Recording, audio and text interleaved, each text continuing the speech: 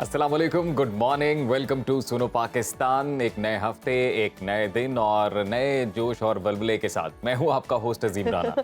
और मैं हूं आपकी होस्ट हिना नियाजी। हम उम्मीद करते हैं कि आप जहां भी होंगे बिल्कुल खैरियत से होंगे और हम आपके दिन को मजीद खुशगवार बनाने के लिए आपकी खिदमत में हाजिर हैं।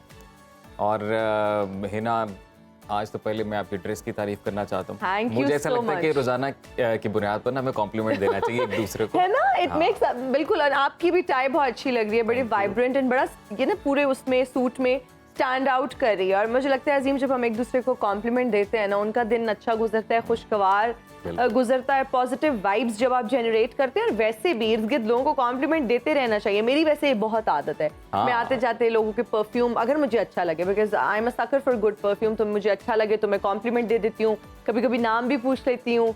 और किसी की आपको कोई चीज भी जब आप अच्छी लगती है, पूछती हैं नाम परफ्यूम का किसी के भी, तो वो यूजुअली बताते नहीं हैं? पता होता। नहीं बताते। यूजुअली पता ही नहीं होता। और पता क्या जवाब बताए, वो ड्रेसिंग टेबल पे बहुत सारे पड़े थे, मैंने एक लगा लिया। नहीं, मैंने एक तो चीज नोटिस की है लोगों में कि जो परफ्यूम वो लगाते हैं अपनी पर्सनल, जी। तो हार्डली कोई है जो नाम बताते कि ये कौन सी वाली है, क्योंकि लोगों को यही होता है कि हमारी अपनी एक यूनिक आइडेंटिटी रहे, क्योंकि खुशबू भी आपकी एक पहचान होती है ना। हाँ। अच्छा, वैसे बिल्कुल आप ठीक कह रहे हैं कि खुशबू से अक्सर आपको नॉस्टैल्जिया भी होता है। मतलब एक परफ्यूम है जो आपकी मदर लगाती हैं या फादर लगाते हैं, आप कहीं और जगह पे वो स्मेल करते हैं तो आपको फौरन से नॉस्टैल्जिया होता है, आपको चाइल्डहुड मेमोरीज। और मेरे साथ बहुत ज्यादा होता है, मुझे लगता है आप लोगों के साथ भी शायद होता हो कि एक स्पेसिफिक सेंट जो है, जब आप उसको स्मेल करते हैं तो आपको वो उससे पूरा रिलेटेड मंजरनामा याद आ जाता है कि ये मैंने किस टाइम पे स्मेल किया था इसको, तब एनवायरनमेंट क्या था, बातें क्या हो रही थी। तो nostalgia hits you really hard अगर आप कोई ऐसा परफ्यूम स्मेल करते हैं जो आपकी जिंदगी में जो है ना वो पहले भी कोई यूज करते हैं आपसे क्लोज लोग। तो वैसे ही ना हम लोग कॉम्प्लीमेंट देने की बात कर रहे हैं, तो मैं तो ये कहूँगा कि घर पर भी इस रिवायत को बरकरार रखना चाहिए सबको, और ख़ास तौर पे अपने जो वालिदैन हैं और बड़े बहन भाई जो अक्सर ज़्यादा एफर्ट कर रहे होते हैं घरेलू मामलात में। ये तो कहीं आप अपनी तरफ इशारा तो नहीं कर रहे, साइलेंट मैसेज तो नहीं देना चाह रहे बहन भाइयों? मुझसे बड़े हैं। अच्छा, मुझसे बड़े हैं, इसीलिए मैं कह रहा हूँ कि हम लोग क्योंकि अफरा तफरी वाला जो है वो सिस्टम रहता है, हर बंदे को अपनी अपनी पड़ी रहती है। तो मेरे ख्याल से जब हम एक दूसरे को उनकी एफर्ट्स को रिकॉग्नाइज करना शुरू बहुत अच्छी बात आपने की है, एफर्ट्स को रिकॉग्नाइज करना चाहिए। और यहाँ पे आज मैं अपने फादर की एफर्ट्स को जरूर रिकॉग्नाइज करना चाहूंगी। My mother is not around, आज वो घर पे नहीं थी, वो मेरे भाई के घर पे गई हुई हैं। तो अब्बू ने सुबह सुबह उठ के, क्योंकि वो सुबह रोज उठती हैं और बाकायदगी से मेरा नाश्ता बना के मुझे देती हैं और बहुत हार्टी ब्रेकफास्ट वो बनाती हैं, तो आज मेरी मदर चूंकि नहीं थी और अब्बू ने ये ड्यूटी बहुत ही बखूबी सर अंजाम दी। वो सुबह सुबह उठे, उन्होंने मेरा अंडा भी बॉईल किया, बहुत ज़बरदस्त मेरे लिए पराठा भी बनाया। एक तो भाई मैं उनकी इन एफर्ट्स को सराहना चाहती हूँ। इतनी मुझे खुशी हुई और मुझे इतना अच्छा लगा। पहले भी बनाते हैं या पहली दफा बनाया? कभी नहीं, यही मैं यहाँ पर बताना चाहती हूँ कि अब्बू जो है ना बिल्कुल किचन में नहीं जाते। अपने लिए भी इज डायबिटिक, अक्सर बहुत भूख उनको लगी होती है और हम घर में ये टॉपिक डिस्कस होता है कि आप किचन में जाके कुछ खा ही लेते। मतलब he would not go to the kitchen and have something अगर उनको खुद भी भूख लग रही है। भाई, माँ बाप तोहफा है कुदरत का, और उनसे जितनी मोहब्बत की जाए कम है। और जो मोहब्बत माँ बाप की तरफ से हमें मिलती है तो उसका एतराफ़ किया जाना भी ज़रूरी है। बिल्कुल। और मेरे में भी ये बहुत बड़ी कमी है इस हवाले से कि मेरी मदर जब भी खाना बनाती हैं बड़े दिल से, हाँ जी, वो स्पेशल पास खड़ी रहती हैं 2 मिनट रिएक्शन देखने के लिए कि कोई तारीफ आएगी, कुछ आएगा। लेकिन वो कहते हैं ना कि घर की मुर्गी दाल बराबर वाला एलिमेंट होता है इस मामले में। लेकिन आज आप आंटी को आने और थैंक यू बोल दें कि इतनी एफर्ट से। नहीं, अब मैंने ये प्रैक्टिस स्टार्ट कर दी है। बहुत अच्छी बात है। अब खाना जैसा भी बना हो, वैसे तो बहुत अच्छा बनाती हैं। जैसा भी क्या मतलब, आंटी आप सुन रही हैं अजीम क्या कह रहे हैं, जैसा भी बनाओ। वैसे ज्यादातर अच्छा ही बनता है, लेकिन होता है कभी कोई बंदा थका होता है तो वो फिर 19-20 कभी कभी हो भी जाता है। एग्जैक्टली, इंसान है। लेकिन बिल्कुल अजीम ने अच्छी बात की कि अपने पेरेंट्स की एफर्ट्स को सराहना चाहिए, उनको अप्रिशिएट करना चाहिए। और बहुत सारे वालिदैन भी उस तरह से एक्सप्रेसिव नहीं होते, बच्चे भी एक्सप्रेसिव नहीं होते, लेकिन दोनों को अपने अपने एंड पर अब जी एक्सप्रेसिव होना पड़ेगा। बहुत जरूरी है, जब आप एक्सप्रेस करते हैं, जब आप बताते हैं, जब आप अपनी राय का इजहार करते हैं तो रिश्ते और ज्यादा मजबूत होते हैं। तो एक्सप्रेशन जो है ना वो जरा स्ट्रांग होना चाहिए। और हमारी ये वाली बात के जो कोलीग्स हैं उनको भी कॉम्प्लीमेंट करना चाहिए। इस बात को आपने बड़ी ही एतदाल पसंदी जो है उसके साथ प्रैक्टिस करना है, बिल्कुल बैलेंस रख के। ये भी नहीं कि अब सुबह शाम कॉम्प्लीमेंट देते फिर हो सकता है कि कोई इसका गलत मतलब भी ले ले, आप जो है हर आते जाते को ना क्या मतलब जेंडर देख के कॉम्प्लीमेंट दे। नहीं जेंडर देख ऑब्वियसली कॉम्प्लीमेंट दे, लेकिन बैलेंस रख के ना, मतलब कि जो चीज नेचुरल लगे वो ना लगे, खुशामद ना लगे, खुशामद ना लगे। बिल्कुल भाई, बैलेंस होना चाहिए। और जब हम बैलेंस की बात करते हैं, जिंदगी में भी बैलेंस होना चाहिए और आपकी जिंदगी के राजों में भी बैलेंस होना चाहिए। जी, फीसा गौरस की एक बहुत ही खूबसूरत बात आपसे शेयर करते हैं कि जिस राज को दुश्मन से छुपाना चाहते हो, उसको दोस्त पर भी जाहिर ना करो। अक्सर हम ये सोच रहे होते हैं कि हम अपना राज जो है ये अपने दोस्त को बता देते हैं और ये राज ही रहेगा। अगर आप चाहते हैं कि आपका राज, आपका सीक्रेट वाकई में एक सीक्रेट रहे, तो कोशिश ये करें कि उसको अपने दोस्तों को भी ना बताएं। और लॉरेन ओलिवर का ये कहना है कि a good friend is somebody who protects your secret and a best friend is somebody who helps you protect your secret. तो अच्छे दोस्त वो होते हैं जो आपको मशवरा देते हैं कि आप अपनी बात अपने तक रखें और लोगों को ना बताएं। और अगर आप उनको सीक्रेट बता देते हैं और आप ये समझते हैं कि वो राज रहेगा, तो बहुत कम चांसेस है कि फिर वो राज रहे। कहते भी है ना कि दीवारों के भी कान होते हैं, है ना? वो फिर यही बात होती है कि आप चाहते हैं कि एक चीज जो है वो राज रहे, लेकिन वो हम लोग खुशी में करीबी दोस्तों को, अजीजों अकारब को बता देते हैं। लेकिन होता फिर इस तरह से कि वो राज उस तरह से राज नहीं रहता और बड़ा मुश्किल काम होता है। वैसे इसको अगर प्रैक्टिस करें आप, क्योंकि इंसान फितरी तौर पे चूंकि एक सोशल एनिमल है और वो अकेले तन्हाई में तो रह नहीं सकता, तो हम लोग तो एंजॉय करते हैं कि अगर हम अपनी खुशियां, अपने गम जितने ज्यादा हैं वो बांटें। लेकिन कुछ बातें ऐसी होती हैं जो इंसान की इनफरादी जिंदगी को लेकर होती हैं, जो उसने प्लान्स कुछ ऐसे किए होते हैं अपनी जिंदगी को लेकर, तो उनको वो चाहता है कि वो सीक्रेट रखे। तो उसको सीक्रेट रखने का तरीका जो है वो फीसा गौरस ने इस हवाले से बताया है कि अगर कोई ऐसी चीज जो आप चाहते हैं कि आपका दुश्मन भी ना जाने, तो उसे आप अपने जो बेस्ट फ्रेंड है उससे भी थोड़ा राज में ही रखेंगे, तो वो चीज राज रहेगी। और अजीम, अब लोग ये भी जानना चाहते हैं कि फीसा गौरस कौन थे, क्योंकि आप बहुत अच्छी रिसर्च करके पढ़ के आते हैं, तो बता दें आज हमारे देखने वालों को। फीसा गौरस रिसर्च जो है वो हिना करती हैं, पढ़ता मैं हमारी टीम रिसर्च करती है जी। सही सही दे दें जरा कॉम्प्लीमेंट भी हम अपनी टीम को। तो मैं हाँ जी अपने नाजरीन को बताते हैं फीसा गौरस के बारे में कि जी यूनान के जजीरे सेमोस में 570 कबल मसीह में ये पैदा होने वाले फीसा गौरस पहले यूनानी साइंसदान हैं जिन्होंने ज़मीन के गोल होने का नज़रिया पेश किया और बताया कि चांद ग्रहण के दौरान जब ज़मीन का साया चांद के ऊपर पड़ता है तो उसका अक्स हमेशा गोल दिखाई देता है।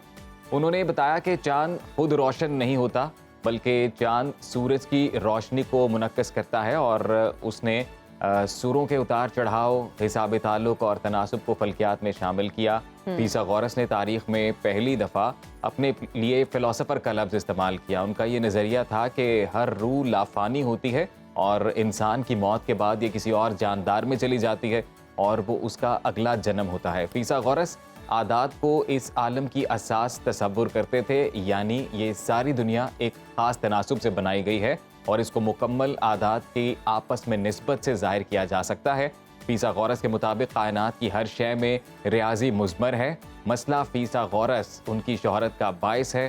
फीसा गौरस ने 75 साल की उम्र में वफात पाई है। वाह वाह वाह। तो मैथ, म्यूजिक, मिस्टिसिज्म, साइंस ये इनकी एक्सपर्टीज थी और बाकी मसला फीसा गौरस जो है वो बहुत बड़ा मसला है। एग्जैक्टली और बहुत ही खूबसूरत इन्होंने बात की and he was a very good philosopher too. लेकिन हमारी कोशिश ये रहेगी कि हम रोज आपके साथ किसी फिलोसोफर की, किसी राइटर की, किसी पोएट की कोशिश करेंगे। अब तो हम लोग पूरे फ्लो में हैं, अब तो हम रोजाना के बुनियाद हम टेस्ट पे जा रहे हैं। बिल्कुल हम रोज आपको बताएंगे इंशाल्लाह। लेकिन उसके साथ साथ ये भी हमारी कोशिश रहेगी कि हम आपको मुल्क के सियासी मामलात के बारे में भी बताएं कि सियासी मामलात जो है वो क्या सूरत हाल इख्तियार कर रहे हैं। फिर मईशत की अगर बात करें तो जी आउट ऑफ कंट्रोल क्यों हो रही है और महंगाई किस रफ्तार से बढ़ रही है, ये आप लोग भी जानते हैं, हम लोग भी जानते हैं। और अगर हम अपने अवाम की बात करें तो उनकी ज़िंदगी का पहिया किस तरह से चल रहा है और अगर आलमी हालात की बात करें तो क्या मंजर कशी कर रहे हैं। आइए इस पर एक नज़र डालते हैं। इलेक्शन तारीख पर तनाज़ा शिद्दत इख्तियार करने लगा। सदर ने इलेक्शन कमीशन और वजारत कानून का मौक़िफ़ मुस्तरद कर दिया। आरिफ अलवी की जानिब से आइंदा 2 दिन में इलेक्शन तारीख का ऐलान किए जाने का इम्कान। मईशत की ब्रेक फेल, महंगाई को 5वां गेयर लग गया। डॉलर से टमाटर तक हर चीज अवाम की पहुंच से दूर, शहरी फाकों पर मजबूर। अवाम को रिलीफ देना हुकूमत के लिए कड़ा इम्तिहान बन गया। रोमानिया में कौमी गेमर का बड़ा कारनामा। पाकिस्तानी ई गेमर आतिफ बट ने वर्ल्ड ई स्पोर्ट्स चैंपियनशिप जीत ली। फाइनल में पाकिस्तानी प्लेयर ने फिलिपाइनी हरीफ को 5-2 से शिकस्त दी।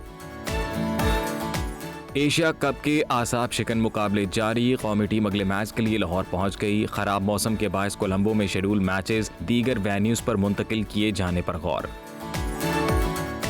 पाक भारत क्रिकेट रवाबित बहाल होने का इम्कान। बीसीसीआई का 3 रुकनी वफ्द आज लाहौर पहुंचेगा। भारतीय वफ्द पीसीबी से मुलाकात और एशिया कप के मैचेस देखेगा।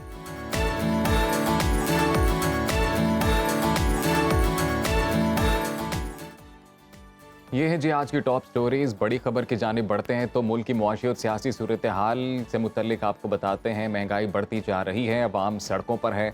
महंगाई और बेरोजगारी के मारे अवाम को रिलीफ देना निगरान हुकूमत के लिए एक बड़ा इम्तिहान बन चुका है। दूसरी जानिब मुज़ाकराती टीम को IMF की जानिब से टफ टाइम का सामना करना पड़ रहा है। अभी तक रिलीफ का वादा पूरा होता नजर नहीं आ रहा। और दूसरी जानिब इलेक्शन के इनकाद पर अगर हम बात करें तो क़यास आराइयाँ बढ़ती जा रही हैं और इलेक्शन कमीशन ने अब हल्का बंदियों का काम 14 दिसंबर की बजाय 30 नवंबर तक मुकम्मल करने और इलेक्शन शेड्यूल जारी करने की यकीन दहानी कराई है। मगर इलेक्शन की तारीख के मामले पर सदर मुमलिकत ने इलेक्शन कमीशन और वजारत कानून के मौक़िफ़ को तस्लीम करने से इनकार कर दिया है। ऐवान सदर ने यह वाज़ेह कर दिया है कि इलेक्शन की तारीख सदर ही देंगे और ख़बरें ये सामने आ रही हैं कि आइंदा 2 रोज़ में सदर आरिफ अलवी इंतखाबात की तारीख का ऐलान भी कर सकते हैं। तमाम तर सूरत हाल पर बात कर लेते हैं। सीनियर तज्ज़ियाकार PJ मीर साहब हमारे साथ मौजूद हैं। अस्सलाम वालेकुम मीर साहब, कैसे हैं आप? वालेकुम सलाम, बिल्कुल ठीक जी, all good. Thank you so much for joining us in Suno Pakistan. Sir, IMF मुआहदे की अगर बात करें तो उसके शदीद असरात सामने आ रहे हैं। डॉलर से लेकर टमाटर तक हर चीज़ महंगी हो चुकी है। क्या निगरान हुकूमत की अगर हम बात करें तो मुआहदे के असरात से निपट पाएगी? आपको क्या लगता है? देखिए, मुआहदा जो भी करेगा उसने उसको निभाना है। मैंने पहले भी कई दफ़ा कहा है कि अगर आप इवन पाकिस्तान में भी किसी बैंक्स पे जाए, किसी बैंक के पास जाते हैं तो वो आपसे कोलैटरल मांगता है, आपसे गारंटीज मांगता है कि भाई क्या आप अपने पैसे जो आप लोन ले रहे हैं क्या आप वापस कर सकते हैं या नहीं कर सकते। तो नेचुरली उसमें काफ़ी हिंड्रेंसेस होती हैं, कंडीशंस होती हैं। और जब हम मुल्क की बात करते हैं, ये भी एक बैंक है, इंटरनेशनल मॉनेटरी फंड, और जिसमें मैं कहता हूँ कि पाकिस्तान भी कंट्रीब्यूट करता है जब इसके हालात ठीक होते हैं। लेकिन इस वक्त हालात ठीक नहीं, they're helping us. लेकिन helping us doesn't mean कि हम उनसे लोन ले लें और वापस ना करें। हम अभी भी $46 बिलियन के एक कर्ज के अंदर है, मकरूज है। हम वो कहाँ से $46 एक्सटर्नल डेट पे करेंगे? आपने और मैंने जितने जो टैक्स पेयर्स हैं वो तो वहीं से जाएंगे। तो बेसिकली हमें जो इसको हमें सबको पता है कि कैंसर क्या है, हमें सबको पता है तकलीफ क्या है, सॉल्यूशंस क्या है। नंबर 1, आप टैक्स बेस को बढ़ाएं। टैक्स बेस को बढ़ा के हर एक को टैक्स नेट के अंदर ले लें और लंबा सोचें, आज का ना सोचें, क्योंकि ये $40 बिलियन जो है ये आपने वापस करना है। इसमें कोई दो राय नहीं है। जिस तरह लोग वो बिजली के बिल फाड़ रहे हैं, उन्होंने बिजली का बिल देना है। Otherwise either there is a state और there is a energy. So हमने एक बिल्कुल संजीदा लिहाज से एक सिटीजन भी बनना है। सो उसके अंदर अगर हम ये नहीं करेंगे हम मार खाएंगे। और जो आपका सवाल है, इस इंटर्म गवर्नमेंट है, इसको चाहिए कि आप मार्केट के अंदर ये जो कंज्यूमर प्रोटेक्शन और जो मार्केट कंट्रोलर्स हैं, प्राइस कंट्रोलर्स, हर जगह भेजे, हर इलाके में 10-10 करके भेजे ताकि आपकी प्राइस कंट्रोल तो इसके अंदर जब इस कुरान आता है तो आपकी दुकानें, आप रेडी वाला हर बंदा वो डॉलर को लेके फिरता है और कीमतें बढ़ा देता है। हालांकि कईयों को इफेक्ट नहीं होता, लेकिन जो आदमी है उसको नुकसान पहुंच जाता है बेचारे को, कि प्याज कितना है, टमाटर कितना है, आलू कितना, and all that. PJ Mir साहब, कुछ वीडियोस जो हैं सोशल मीडिया पर भी सर्कुलेट कर रही हैं, अवाम जिस तरह से एहतजाज कर रहे हैं और तमाम ही शहरों में ऑलमोस्ट एक ही तरह की सिचुएशन है। तो आपको क्या लगता है निगरान जो सेटअप है, निगरान हुकूमत है, ये अवाम में जो महंगाई से मुतल्लिक लावा एक बनता जा रहा है उसको बर्दाश्त करने की सकत है इंटरिम सेटअप में बिलखसूस? I don't think so. हालांकि 1-2 लोग बहुत अच्छे लेके आए, कि गौहर एजाज हैं, इंडस्ट्रीज का इनको लगाया, he has a lot of experience, लेकिन बाकी जगह भी तो आप रखो ना। अब उन लोगों को लेके आओ जो कि मैनेज कर सकें। टू योर क्वेश्चन, हमें मैनेजर्स चाहिए, हमें कोई बाबू नहीं चाहिए कि आपने एक को लाके बिठा दिया और वो समझे कि वो उसके पास कोई गिदड़ सिंगी और इमीडिएटली आपको एक इकोनॉमिक रिफॉर्म मिलेगा। You need managers. ये वक्त है मैनेज करने का। मैनेज के करेंगे, एक्सपर्ट्स करेंगे। अगर आप किसी को एक 22 साल के बच्चे को कहो कि भाई बेटा तुम मिनिस्टर बन जाओ, तो वो क्या मैनेज करेगा 22 साल का बच्चा? मुझे बताएं आप। देखो ना, हमें यहाँ एक्सपीरियंस की जरूरत है। आप बेशक, मैं कहता हूँ आप नून से ले लो, पीपीपी से ले लो, पीटीआई से ले लो, the good people should be in consultancy. और ये वक्त है कि हमारी सारी जो पॉलिटिकल पार्टीज हैं जिनके इतने गहरे इख्तलाफात हैं, यार खुदा के लिए पाकिस्तान के लिए आज तो जुड़ जाओ, आज तो जुड़ जाओ। ये सारे जुड़ जाते हैं, पाकिस्तान इंडिया का मैच हो, लेकिन वैसे नहीं जुड़ेंगे ये।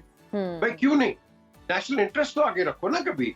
तो नेशनल इंटरेस्ट जब आप हो सकता है, बाकी भी हो सकता है, लेकिन इनको कौन सा है ये अल्लाह जानता है। अच्छा पीजे मीर साहब, अगर इलेक्शन की तारीख की बात करें तो उसके मामले पर दो अहम इदारे आमने सामने हैं और गुज़िश्ता जुम्मा को ईवान सदर में आरिफ अलवी साहब से दो बहुत अहम शख्सियात की मुलाकात भी हुई, जिसके बाद बहुत सारी खबरें जो है वो सामने आ रही हैं। आप इस मुलाकात को किस तरह से देखते हैं, उसके हवाले से क्या कहते हैं? देखिए, मुलाकातें कोई हार्म नहीं है। मैं तो कहता हूँ कि चीफ इलेक्शन कमिश्नर जो है इन स्टेट के, वो अमेरिकन एम्बेसडर को मिले या काउंसिल जनरल को मिले, और भाई तुम प्रेसिडेंट ऑफ पाकिस्तान को मिलो। तुम्हारा ताल्लुक इधर है, ये अमेरिकन एम्बेसडर के पास है। ये तुम्हारा क्या काम है कि तुम बाहर वालों को मिले? You have no business to talk to anybody. You are the chief election commissioner, और हम सारे पाकिस्तान में आपको देखते हैं कि आपने इलेक्शन कैसे करवाने। तो जब आपके ऑप्टिक्स आ जाते हैं कि बाहर वालों को तुम मिल रहे हो, तो फिर आप, हमारा जो कॉन्फिडेंस है आपके अंदर, वो 0-0 है। बिल्कुल इनको मिल, और ये जो मुलाकातें हुई हैं ये अच्छी मुलाकातें हैं, क्योंकि कोई काम दुनिया का नहीं आगे चल सकता जब तक कि आपके ये बातचीत ना हो। तो हम तो दरवाजे बंद कर देते हैं, बातचीत नहीं करते हैं। अब देखो ना, पहले इन्होंने बातचीत नहीं की तो सारों ने कहा जी इलेक्शन डिले करा दो। बाद में थोड़ी सी अकल आई, वो कोई संजीदगी आई, नहीं जी अब फिर इनको कॉन्स्टिट्यूशन सारों को याद आ गया कि जी 90 डेज में कराना है। तो पहले क्यों नहीं था भाई? पहले क्यों नहीं? पहले किधर से इंस्ट्रक्शंस लेके आए थे ये लोग? तो ये सारी जो गेम है ये एक पार्टी स्पेसिफिक है। आप छोड़ दें, ये इलेक्शन करवा दें, जो जीत जाए और उसको एक्सेप्ट करो। मैंने शायद पहले भी पीजे मीर साहब, एक जंग भी तो साथ साथ दोनों इदारों के आपस में जारी है, ईवान सदर और इलेक्शन कमीशन ऑफ पाकिस्तान। इख्तियारात का मामला इलेक्शन की तारीख अनाउंस करने से मुतल्लिक है, तो सदर पाकिस्तान की जानिब से तो इंदिया दे दिया गया है कि वो डेट अनाउंस कर देंगे। कॉन्स्टिट्यूशनली वो कर सकते हैं। देखो ना, जब गवर्नमेंट डिसॉल्व होती है तो उसके बाद इलेक्शन कमीशन लिखता है किसको? प्रेसिडेंट ऑफ पाकिस्तान को। फिर प्रेसिडेंट ऑफ पाकिस्तान उसके बाद फिर वो डेट अनाउंस करता है कॉन्स्टिट्यूशनली। अब द क्वेश्चन इज कि हमारा कॉन्स्टिट्यूशन जो है, आप कोई भी केस ले लो, इसकी इंटरप्रिटेशन कोई 10 तरीके से आ रही है। ये क्यों है? मुझे बताए ना। हम कॉन्स्टिट्यूशन को सही तरीके से क्यों नहीं देखते? हम नहीं देखते। तो इस चीज को हमने देखना है। और मैं अभी भी कहूंगा, जितने भी लकूनस आपको नजर आए, इनको खत्म करो। अगली गवर्नमेंट आती है, ये क्योंकि आप कहीं भी देख लो, पूरे पाकिस्तान में जितनी भी डिबेट आई है, इंटरप्रिटेशन ऑफ द कॉन्स्टिट्यूशन, एक कुछ कहता है, एक कुछ कहता है, और फिर हर बंदा उसको अपने आप की आइन इस हवाले से क्या कहता है? क्योंकि अमूमी तौर पर सदर पाकिस्तान जो है वो वज़ीर आज़म की एडवाइस पर एक्ट करते हैं। तो अभी इंटरिम सेटअप है, तो क्या इलेक्शन की तारीख अनाउंस करने से मुतल्लिक भी एडवाइस जरूरी होगी? ये तो डिपेंड करता है ना जी कि ये इनका रोल क्या है, इनका टिल्ट क्या है। कहा तो था इन्होंने कि हमारा काम जो इलेक्शन है, जब भी इलेक्शन कमीशन हमें टाइम देगा हम इलेक्शन उसी वक्त करा देंगे। ठीक है जी। अब यहाँ भी एक आप कह लो कि एक ट्रायंगल आ गया। वो कहते हैं इलेक्शन कमीशन करा देगी, यहाँ प्रेसिडेंट की बात आ गई है। अब ये प्रेसिडेंट और प्राइम मिनिस्टर, इनके दौरान क्या होता है, पॉलिटिकल पार्टीज क्या होती है, क्योंकि अब तो पॉलिटिकल पार्टीज कह रही हैं इलेक्शन कराओ। So basically I think they will have to set on a consensus कि जहां ये नेशनल इलेक्शंस कराए जाएं। क्योंकि अगर आपने नहीं, आपने अमेरिकन सेनेट में देख लो क्या बातें कर रहे हैं। आप नहीं कराएंगे, उनका एक बड़ा एमिनेंट रोल है IMF में, वो हमें मुश्किलात में डाल देंगे आगे। Do we need that? No we don't. फिर आगे वर्ल्ड इंस्टीट्यूशन, वो भी आपको मुसीबत में डाल सकते हैं। So let's not get into that. उनकी डेमोक्रेसी हमें पता है, अपनी डेमोक्रेसी हमें पता है। So I think let's work on our own dynamics and let's forget कि दूसरा क्या कह रहा है। पीजे मीर साहब, इलेक्शन कमीशन ने हल्का बंदियों का काम 14 दिसंबर की बजाय 30 नवंबर को मुकम्मल करने की यकीन दहानी कराई है। इसकी क्या वजह है और आपको क्या लगता है कि अब इलेक्शंस जो हैं वो फरवरी से आगे नहीं जाएंगे? टेक्निकली तो 90 डेज में होने चाहिए, जिस दिन से ये अनाउंस 90 डेज होंगे। अब कईयों कहते हैं जी 25 फरवरी को हो जाएंगे, कोई हाँ कहता है जी। जी first week. But the question arises, आज जो हम बात कर रहे हैं, जितनी भी डिस्कशन हो रही है नेशनल टेलीविजन पे, ये एक फेलियर की हो रही है। और फेलियर किसका है? Election commission of Pakistan. इसने अपना काम नहीं किया। इसका काम एक ही है, इलेक्शन कराना। ये सोते रहे, ये देखते रहे कि हवा कहाँ चल रही है, कहाँ नहीं चल रही, और ये अपनी गेम में बैठे रहे, docile, Placid and absolutely non working. और भाई तुम्हारा तो काम था, तो अगर डिलिमिटेशन है इसकी भी तुम तैयारी कर दो, सेंसस भी आप करा लो and get on your own jobs. आप उधर देख रहे हो, इधर देख रहे हो, व्हाई? फिर कहते हो कि हम इंडिपेंडेंट है। So what kind of independence is this कि आप अपना काम पूरा नहीं करते हो? अब आपने सारी पार्टीज को मुसीबत में डाल दिया हुआ, पूरे पाकिस्तान को मुसीबत में डाल दिया हुआ बिकॉज ऑफ योर इनकॉम्पिटेंस। मैं अगर इलेक्शन कमिश्नर होता, खुदा की कसम, I would have resigned straight away, because मेरे पे इतने इल्जामात लगे हुए हैं, मैं तो वहां ठहरता ना। हम दूसरों के एग्जांपल देते हैं, यूके एंड अदर कंट्रीज। एक किसी पे टेंट और पेंट आता है, वो उसी वक्त रिजाइन कर देता है, उसी वक्त करता है। मैं इसका कहता हूँ, ये मरियम नवाज को देखो, इसको बैतुल माल का बनाया, इस पे तनकीद आई। पीजे मीर साहब, जब आइन वाज़ेह है कि सदर पाकिस्तान जो है वो भी तारीख अनाउंस कर सकते हैं इंतखाबात की, और फिर ये तो तय है कि अगर असम्बली वक्त से पहले डिज़ोल्व होगी तो 90 दिन में इंतखाबात करवाने हैं, तो फिर जो गुज़िश्ता हुकूमत है जाते जाते उनकी जानिब से इलेक्शन एक्ट में इस टाइप की तरमीम करने का क्या मकसद हो सकता है कि जिसमें इलेक्शन कमीशन को इस हवाले से एम्पावर किया गया कि जो चीफ इलेक्शन कमिश्नर हैं वो इंतखाबात की डेट अनाउंस करेंगे? हम किसी चीज पे तो बैठते नहीं है। ये इलेक्शन कमिश्नर आप जिनको लेके आए हैं, ये कंसेंसस से आए ना, खुद तो नहीं आए। आज इन्हीं के पीछे पड़ गए। हम कहीं बैठते नहीं हैं, हम किसी के ऊपर नहीं बैठते। हम देखते हैं कि मेरे लिए और मेरे मुताबिक कोर्ट्स क्या फैसला करें, मेरे मुताबिक काम कैसा चले, मेरे मुताबिक बिल्स कैसे पास हो। That is what it is. हाँ, नहीं होगा, आप उससे पे तनकीद शुरू कर देंगे। मुझे बता दें, ये जितना 1.5-2 साल है, इस पे क्या हुआ है? स्वाइप तनकीद के और बराए तनकीद के, तामीर की तो तनकीद है कोई नहीं। आज आपने पहले सवाल किया महंगाई का, महंगाई पे कौन बात कर रहा है? मुझे बता दो आप। हाँ जी, मुश्किलात है, भाई हमें भी पता है मुश्किलात है, हमें इम्प्लीमेंटेशन चाहिए, सॉल्यूशंस चाहिए। We don't have the solutions unfortunately. So आप ये जितने भी वो टेक्निकलिटीज पे चले जाएं। इंटरिम प्राइम मिनिस्टर साहब तो ये कहते हैं कि महंगाई की सूरत हाल को लेकर जो गुज़िश्ता हुकूमतें रही हैं, जो पार्टियां इक़्तिदार में रही हैं, वही इस सिचुएशन को एक्सप्लॉइट कर रही हैं और अपने किए का जो इल्ज़ाम है वो इंटरिम सेटअप पर डाला जा रहा है। Blame game again. ये तो बिल्कुल सही की उन्होंने बात। जो सच्ची बात है, सच्ची बात है। आप 2 महीने के अंदर ये लोग आए हैं, आप इनको तो नहीं ब्लेम कर सकते। ये तो आए हैं, आप एक केयर टेकर्स, भाई पॉलिसीज, और ये तो पिछली गवर्नमेंट, उससे पिछली गवर्नमेंट, उससे पिछली गवर्नमेंट, ये तो एक चेन रिएक्शन है। तो you can't blame the interim government for it. इसीलिए जो मैंने पहले कहा है, इंटरिम केयर टेकर के अंदर you need responsible managers. You don't need Babu, you don't need people के जिनको आपने टैग लगाना है, ये मिनिस्टर है, ये फलाना है। No, you need managers. आप प्राइवेट सेक्टर से लेके आए, आपका प्राइवेट सेक्टर $multi-million पाकिस्तान के लिए कमाता है, आप उनको क्यों नहीं लेके आते भाई? पीजे मीर साहब, आपको लगता है कि एक इलेक्टेड गवर्नमेंट जो है वो अब तमाम मसाइल का हल है पाकिस्तान के? Unfortunately no. इसके 2 पहलू हैं। अगर तो इलेक्टेड गवर्नमेंट मेरिट पे right man for the right job लगा दे, और ये ना प्लीज करे कि अगर मैं एक पार्टी लीडर हूं तो मुझे शेख साहब आके कहते हैं मैं सर आपको 50 वोट दे देता हूँ, 50 सीटें दे दूंगा, आपको 30 वहां से मिल जाएंगी, 20 वहां से। तो इस अगर आप नजर से इलेक्ट करेंगे या करवाए जाएंगे तो फिर आप काम नहीं करेंगे।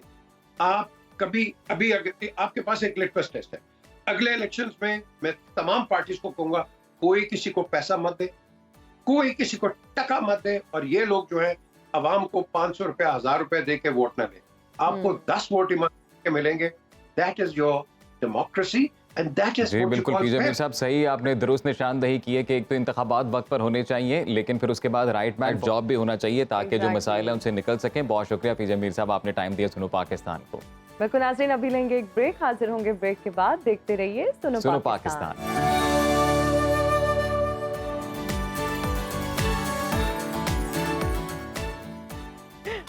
And we are right back after the break. You're watching सुनो पाकिस्तान, सुबह की हर बात। और अब बढ़ते हैं अपने सेगमेंट शहरनामा की जानिब, जहां उकाशा गुल आज हमें नवाबों का किला जो है दरावड़ उसकी सैर करवा रही हैं और चोलिस्तान डेजर्ट की सैर करवा रही हैं। वाह वाह वाह। लेकिन अगर किला दरावड़ की बात की जाए तो वो हुकूमती तवज्जो का मुंतजिर है और ये हमारे कौमी असासे हैं भाई, इनको प्रोटेक्ट करना चाहिए, इनको रेस्टोर करना चाहिए। अपने इस सेगमेंट के थ्रू लोगों को काफी अच्छी अच्छी जगह दिखाई हैं अपने पाकिस्तान में, और मुझे भी कला से किला बोलने पर भी वो कर लिया है, कायल कर लिया है।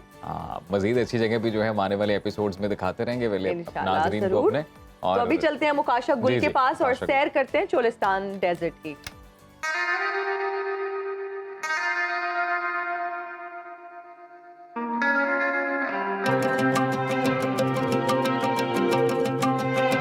पाकिस्तान को अगर देखें ना तो अल्लाह की बड़ी करम नवाजी है, इतनी अनगिनत नेमतों से नवाजा है कि मैं बता नहीं सकती। लेकिन हमारी कुछ लापरवाही की वजह से ये जो नेमतें हैं या तो कम होती जा रही हैं या ये जहमत बनती जा रही हैं। अगर नेमतों का जिक्र करें वैसे तो बहुत ज्यादा है, लेकिन अगर चंद नेमतों के बारे में मैं आपको बताऊं वो हैं दरिया, समंदर, पहाड़, यहाँ पर खेत खलियान, फल सब्जियां और फिर रेगिस्तान। और अगर रेगिस्तान की बात करें तो पाकिस्तान को अल्लाह ताला ने 3 बड़े सहराओं से नवाजा है, जैसे कि सहराए थर, सहराए थल और सहराए चोलिस्तान। और आज मैं मौजूद हूँ सहराए चोलिस्तान में, जिसे बहावलपुर डिवीजन का 2/3 सहराई इलाका कहा जाता है, इसे रोही इलाका भी कहा जाता है। अगर देखा जाए तो ये एक तरफ तो भारतीय जो सूबा है राजस्थान उससे कनेक्टेड है और दूसरी तरफ देखें तो ये हमारे सूबा पंजाब से होता हुआ सिंध से भी जा मिलता है। इसने अपनी लपेट में ढेर सारे इजला ले रखे हैं, लेकिन अगर मेन इजला की बात करें जो बहावलपुर डिवीजन के हैं उसमें बहावलपुर, बहावल नगर और रहीम यार खान है। तो आइए आज पूरा दिन स्पेंड करते हैं सहराए चोलिस्तान में और देखते हैं कि कैसा गुजरता है दिन।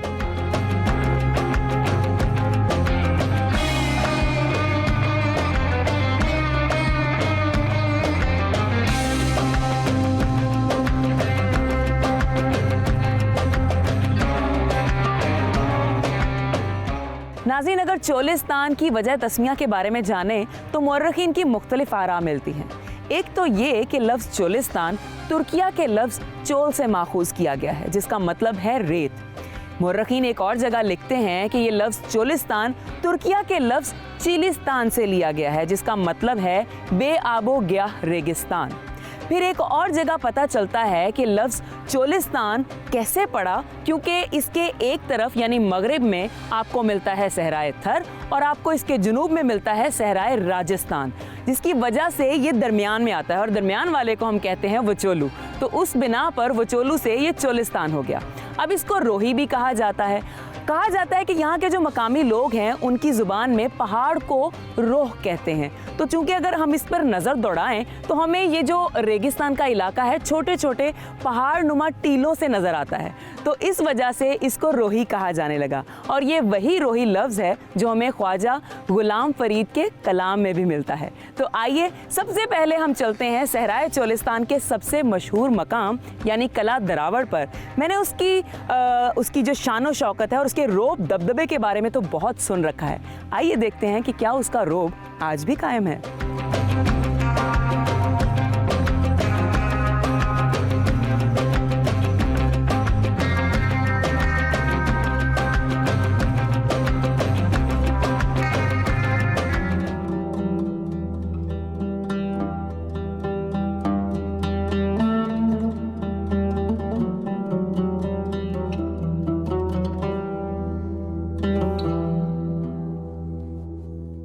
नाज़रीन, पाकिस्तान के नवादरात, यहाँ के फ़नून लतीफ़ा और बेशकीमत सकाफती विरसे में चोलिस्तान के खंडरात यहाँ की तहजीब व तमद्दुन और आसार कदीमा का एक अहम मकाम है।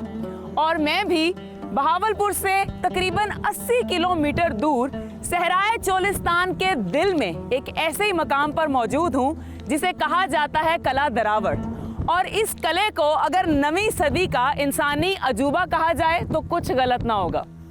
इस कले को अगर देखें तो ये तारीख के जो एक जाहो जलाल होता था बादशाहों का, उसका एक मुंह बोलता सबूत है।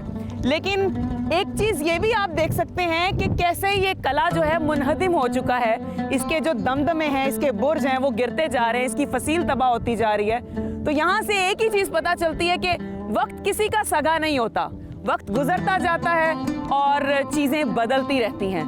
आइए आपको कले का अंदर का विजिट करवाती हूँ और मजीद कुछ इसके बारे में बताती हूँ।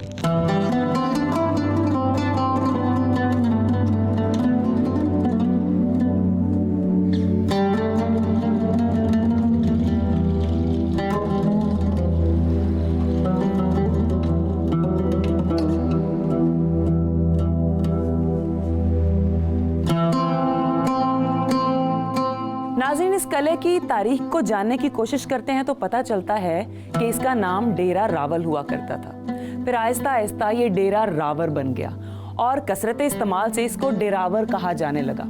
अब आज कुछ लोग इसको दरावर कहते हैं, कुछ डेरावर ही कहते हैं। अगर इसकी तामीर की बात करें तो पहली दफ़ा जो इसकी तामीर की थी वो जैसलमेर के एक हुक्मरान राय जज्जा भट्टी ने की थी और तब इसकी जो दीवारें थी वो कच्ची हुआ करती थी। फिर 1733 में बहावलपुर का एक नवाब सादिक मोहम्मद खान अव्वल, उन्होंने इसकी तामीर दोबारा से की और ये जो इसकी आप छोटी ईंट देख रहे हैं तब इसका इस्तेमाल किया गया। और इसकी फसील देखें अगर आप कले की चारों तरफ से तो आपको 40 बुर्ज नज़र आते हैं जिन्हें दमदमे भी कहा जाता है।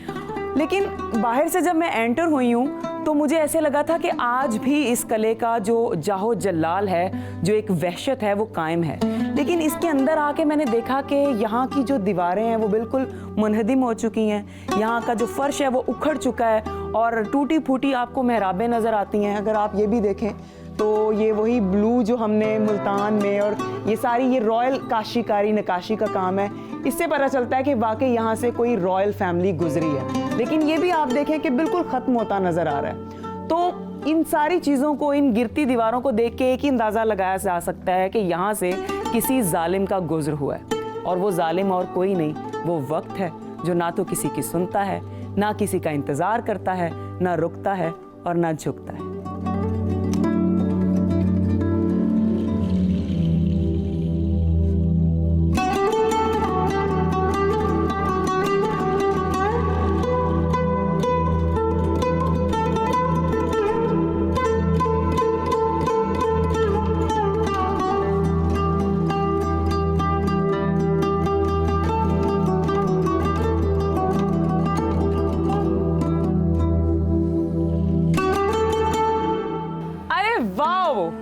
व्यूअर्स, अब तक मैं जितना भी कला देख रही थी और आपको दिखा रही थी, आप यकीन करें कि मेरा दिल डूबता जा रहा था कि इतना खूबसूरत कला होगा ये किसी दौर में, लेकिन आज मुनहदिम हो चुका है। इस जगह पर जब आई हूँ तो मुझे बड़ी खुशी हुई क्योंकि इस जगह को जिस तरह से महफूज किया गया है, आर्कियोलॉजी डिपार्टमेंट ने अपना काम शुरू कर दिया है। मुझे यकीन है कि आने वाले चंद सालों में हमें ये कला भी ऐसा ही खूबसूरत नज़र आएगा। और ये जो ऊंचा मकाम, खूबसूरत मकाम आप देख रहे हैं, इसको बारादरी कहा जाता है और ये कले का सबसे ऊंचा मकाम है। और इसको बारादरी इसलिए कहा जाता है क्योंकि इसकी 12 खिड़कियां हैं और यहाँ से आपको पूरा सहराए चोलिस्तान नज़र आ रहा है। और अगर आप ये देखें, आपको गड़ा नज़र आ रहा होगा, तो इस गड़े में जब कभी दरिया से पानी गुजरता था वो, और जब कभी बारिशें होती थी तो वो पानी इकट्ठा होता था। तो ये एक बहुत ही खूबसूरत तालाब, एक बहुत ही खूबसूरत झील का मंजर पेश करता होगा ये जो हिस्सा है। तो यहाँ से मैं दूर दूर तक देख सकती हूँ, यहाँ से आपको सहरा खुले दिल के साथ आपका वेलकम करता हुआ नजर आता है। तो यकीनन ये वो जगह होगी जब नवाब साहब शाम के वक्त यहाँ पर आते होंगे, इस खूबसूरत कुदरत का नज़ारा करते होंगे।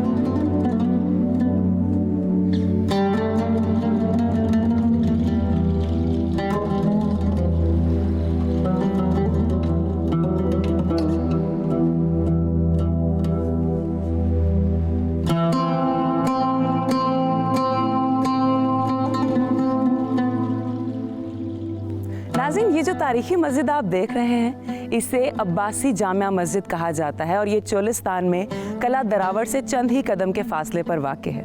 ये तकरीबन 150 साल पुरानी मस्जिद है और इसे नवाब मोहम्मद बहावल खान सोएम ने 1849 में तामीर करवाया था।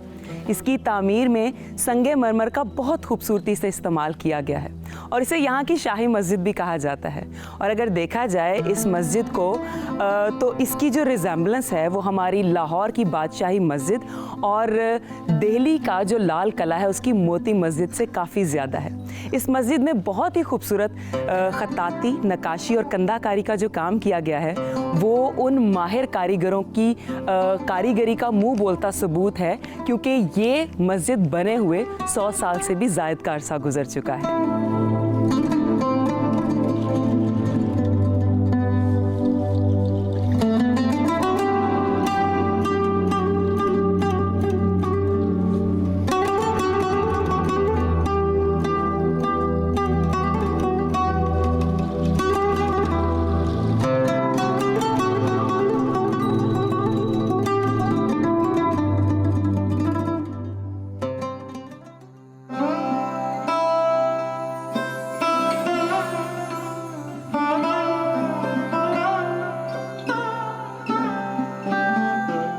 नाज़रीन, बहावलपुर की तारीख बहुत पुरानी है। रियासत बहावलपुर पे अब्बासी ख़ानदान ने 1690 से लेके 1955 तक तकरीबन 2.5 सदियाँ हुकूमत की। लेकिन वक्त की सितम ज़रीफ़ी देखिए कि उस अजीम खान वादे के चश्मो चराग आज इस कब्रिस्तान में दफन है। इस कब्रिस्तान को बहावलपुर का शाही कब्रिस्तान कहा जाता है और यहाँ पर तकरीबन 100 के करीब कब्रें हैं, जिसमें अब्बासी ख़ानदान के हुक्मरानों की, उनके बच्चों की और उनकी ख़वातीन की कब्रें मौजूद हैं। यहाँ पर अगर आप आएंगे तो आपको मुख्तलिफ़ तरह की कब्रें देखने को मिलेंगी। कुछ तो संगे मरमर के पत्थर से तैयार की गई हैं और कुछ कब्रों पर अगर आप देखें तो नीले रंग की काशीकारी और नक्काशी का काम किया गया है, जो इस बात का सबूत है कि ये वाकई किसी शाही ख़ानदान का कब्रिस्तान है।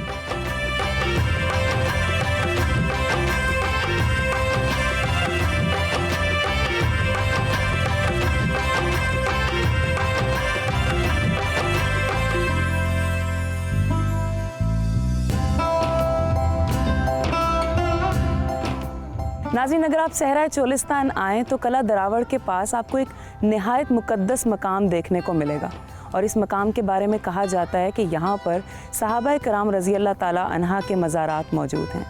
कहाँ सरज़मीन अरब और कहाँ ये सहराए चोलिस्तान, लेकिन यहाँ पर उन नेक बंदों के मज़ारात का होना इस बात की गवाही है कि कैसे अल्लाह पाक के दीनदार और नेक बंदों ने अल्लाह की खातिर अपने दीन की तबलीग के लिए इस सरज़मीन पर भी कदम रखा।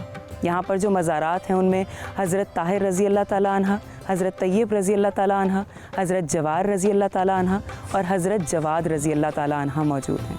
इसके अलावा यहाँ पर यह भी लिखा गया है कि कितना अरसा इन लोगों ने, इन पाक सहाबा ने बारगाह रिसालत सल्लल्लाहु अलैहि वसल्लम की खिदमत में लगाया है। वो तकरीबन 6 से 21 साल का अरसा है। लेकिन यहाँ आकर मुझे एक अजीब सा सुकून महसूस हो रहा है और मैं अल्लाह ताला से दुआ करती हूँ कि इन नेक रूहों के सदक़े हम सब पर, उम्मत मुस्लिमा पर अपना ख़ास करम, अपना ख़ास फ़ज़ल और रहमत फरमा दे। आमीन।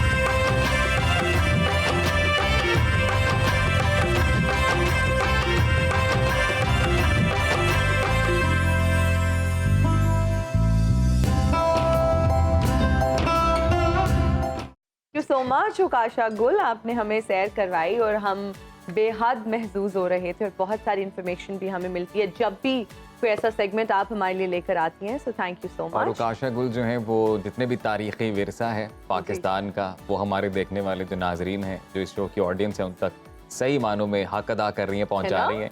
आज चोलिस्तान दिखाया। मैं यहाँ पर प्रोडक्शन टीम की भी जो है ना तारीफ करना चाहूँगी। Takes a lot of effort. जब आप आउटडोर जाते हैं, फिर पूरी टीम, उकाशा समेत पूरी टीम को एक क्रेडिट जाता है जो ट्रैवल करते हैं ऑल द वे, इतने दूर दूर जाते हैं, वहाँ से इतनी अच्छी चीज़ें हमारे लिए डॉक्यूमेंट करके लाते हैं विद लॉट्स ऑफ इन्फॉर्मेशन। तो आई एम श्योर हमारे देखने वालों को भी ये सेगमेंट पसंद आ रहा है, फीडबैक भी हमें बहुत अच्छा आ रहा है और आगे मजीद हम और भी बहुत सारे जो है वो वैसे आपने एक चीज़ नोटिस की है कि पाकिस्तान के अंदर इटसेल्फ कितनी डाइवर्सिटी है। लैंडस्केप की और कल्चर की। एंड वी आर ब्लेस्ड, हमारे पास यहाँ पे पहाड़ हैं, फॉरेस्ट हैं, दरिया हैं, समंदर हैं, लाइक लिटरली एवरीथिंग। स्नोफॉल भी हम इंजॉय करते हैं, तो हम शदीद गर्मी भी इंजॉय करते हैं, तो हमारे पास मौसम भी चारों हैं, और हमारे पास अगर हम कुदरती नेमतों की बात करें तो हम लोग ब्लेस्ड हैं बहुत ज़्यादा। हाँ, अगर सीनरी देखना चाहते हैं तो नॉर्दर्न एरियाज में चले जाएं, और अगर आपको हिस्ट्री का शौक है तो ऐसी जगह भी हैं कि जहाँ पर जो हिस्टोरिक बिल्डिंग्स हैं। इवन लाहौर की अगर आप बात कर लें, लाहौर की हिस्ट्री बहुत रिच है। फिर फूड की अगर बात करें तो फूड में भी डाइवर्सिटी है। हम कल ही इनफैक्ट ये डिस्कस कर रहे थे कि यहाँ पर हर किस्म का खाना आपको मिलता है। आपको यहाँ से सुशी से लेके भज्जे के पाए मिल जाते हैं। बड़े कम लोग हैं हिना के जो लाहौर के रिहायशी हैं, और इंक्लूडिंग माई सेल्फ, जो मैं तो पैदा भी लाहौर में हुआ, लेकिन अभी भी मैंने पूरा लाहौर नहीं देखा। अच्छा, तो ये होता है मेरे साथ, तो खैर ये बहुत ज्यादा होता है क्योंकि I am not basically from, originally from Lahore actually. तो बहुत सारे ऐसे स्पॉट्स होते हैं, जगह जब आप सुनते हैं उनके बारे में तो आप सोचते हैं अच्छा ये लाहौर में है। अब कल मैंने सुना कि जी कौन से बाबा के समोसियां हैं, बंगाली बाबा की समोसियां, तो वो तो मैंने कभी खाई नहीं है। मैं अपने आप को बहुत बड़ा फूडी ले तो मैंने सोचा कि अब मैं जाऊंगी, वो भी खाऊंगी, और अपने नाज़रीन को भी किसी दिन उसके बारे में बताएंगे। बिल्कुल। और ब्रेक में मैं आपसे एड्रेस पूछता हूँ जरा कि किस जगह पे है, क्योंकि मेरा भी दिल करना शुरू हो गया जी। तो आप कहीं मत जाइएगा, हम वापस आएंगे ब्रेक के बाद। आप देखते रहिए सुनो पाकिस्तान।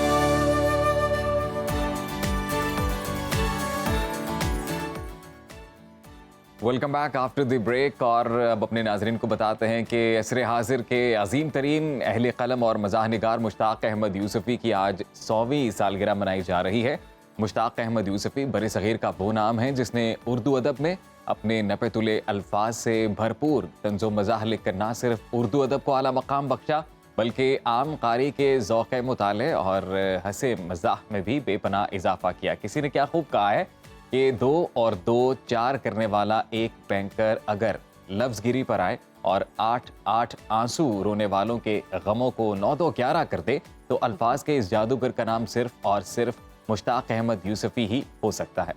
बिल्कुल जी, देखते हैं मुश्ताक यूसुफ़ी के हालात ज़िंदगी पर पहले एक रिपोर्ट। मुश्ताक अहमद यूसुफ़ी 4 सितंबर 1923 को भारत के शहर जयपुर में पैदा हुए।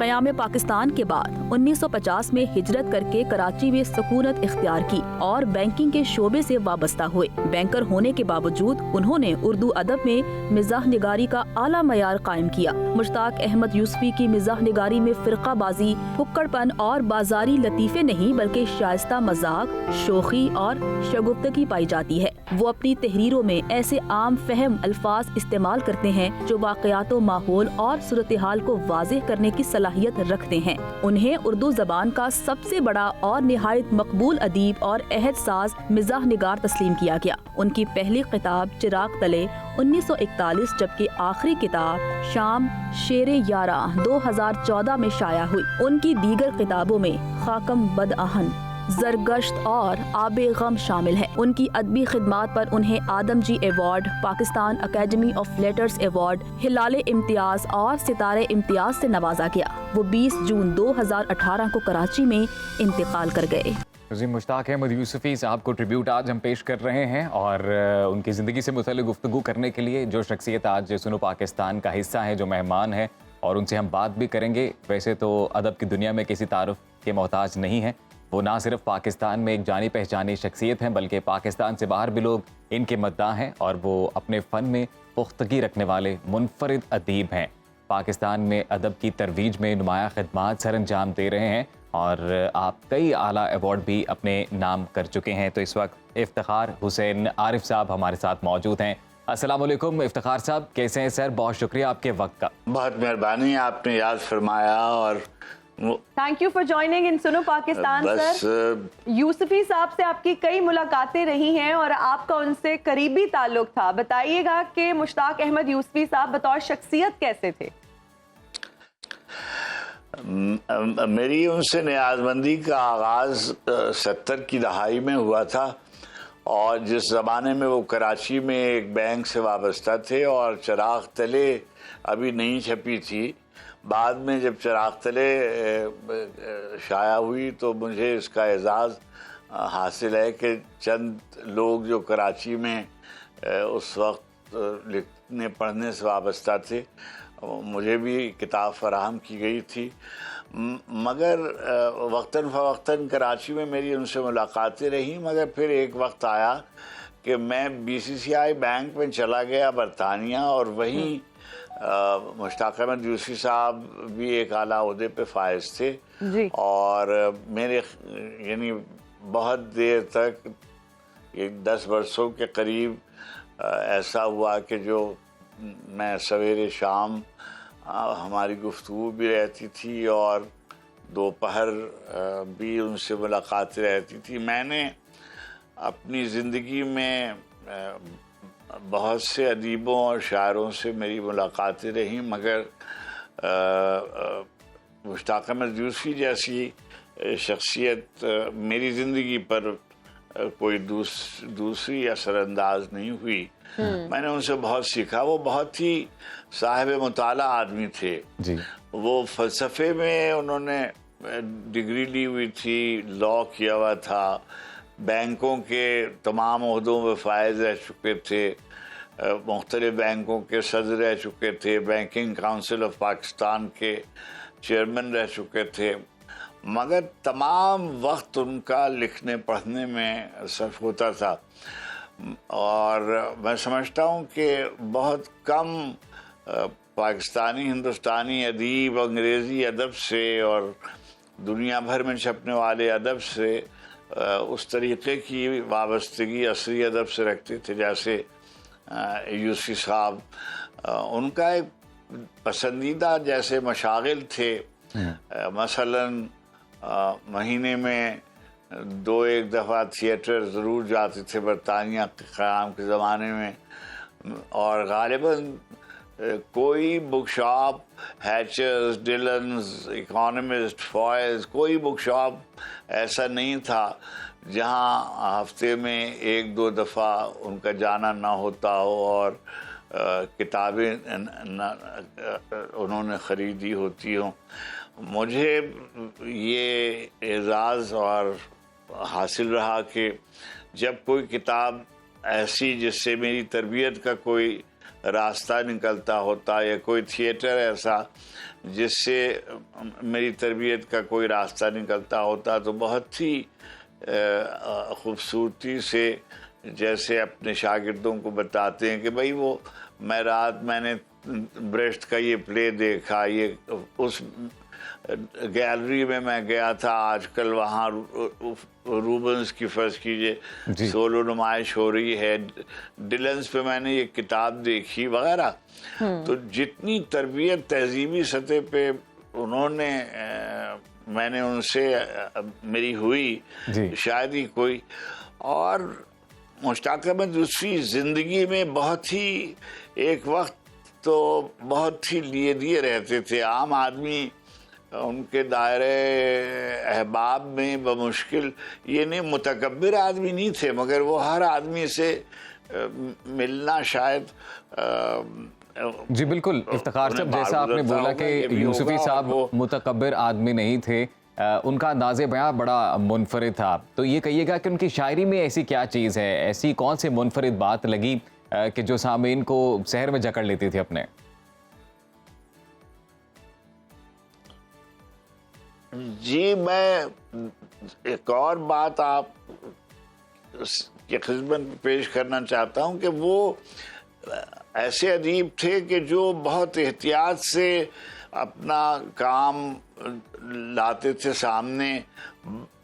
बरसों उनकी तहरीरें किसी और के सामने नहीं आती थी, लिखकर वो रख देते थे और 6 महीने के बाद, साल भर के बाद उस पर असर नौ नज़र डालते, और अगर इस काबिल होती तो फिर वो उसको शाया करते। हमारे यहाँ जो काता और ले दौड़ी ये भी लिखा और सामने उन्होंने बहुत सी, मुझे जहाँ तक याद है, एक नावल उन्होंने आखिरी ज़माने में लिखना शुरू किया था लंदन में, और वो नामुकम्मल रह गया। और बहुत देर यानी जब ज़िंदगी के आखिरी चंद बरसों में अलालत से पेशतर एक रोज़ फ़ोन पर मेरी उनसे बात होती थी तो कहते थे कि भाई इफ्तिखार, अब ये काम मुझसे होगा नहीं, 250 सफ़े हो गए हैं और हीरो अभी पैदा हुआ है वगैरह वगैरह। और कोई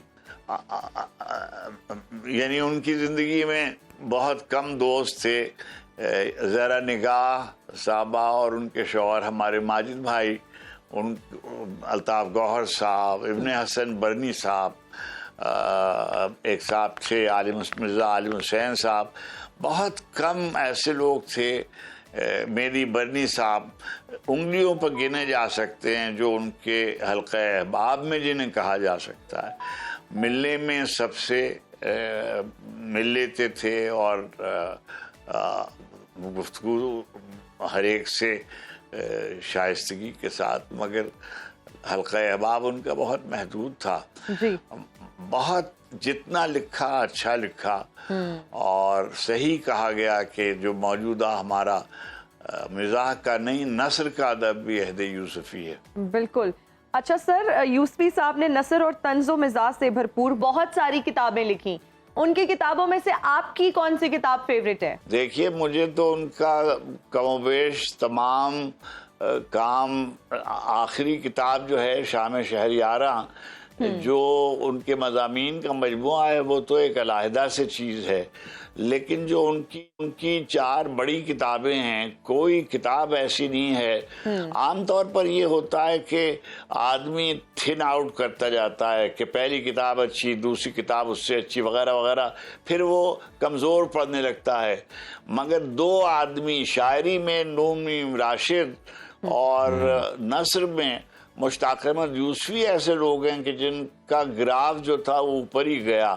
खाकम बदहन, चराग तले से खाकम बदहन बेहतर थी, उससे जरगुज़श्त जब शाया हुई तो बहुत ही हंगामा रहा। और आखिरी किताब जो है आब गुम, मैं समझता हूँ कि उर्दू में अगर 5 नस्र की किताबें मुंतखब की जाएं तो उसमें आब गुम ज़रूर शामिल होगी। वो उनकी मिजाह की भी और शुगुफ्ता बयानी की भी और दानिश की भी ऐसी खूबसूरत आमेज़ जैसी आब गुम में है। मैं समझता हूँ कि उर्दू की बहुत कम किताबें, यानी सिर्फ हमारे ज़माने की नहीं, अगर आप उर्दू की तारीख़ में जो नस्र की बड़ी किताबें हैं, जैसे मसलन आब हयात है, मसलन गालिब के खतूत हैं, मसलन मुख्तार मसूद की आवाज़ दोस्त है, लौहे अय्याम है, मसलन मुमताज़ मुफ्ती की लब्बैक है।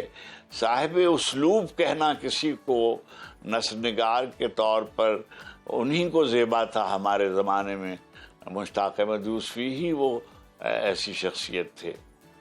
इफ्तिखार साहब, ऐसे ज़माने में सर के जब पतरस बुखारी, शफीकुर रहमान और ऐसे बड़े बड़े नाम हैं, तो ऐसे दौर में यूसुफी साहब ने अपना एक मुनफरिद नाम पैदा किया। कितना मुश्किल था उनके लिए ये सफ़र?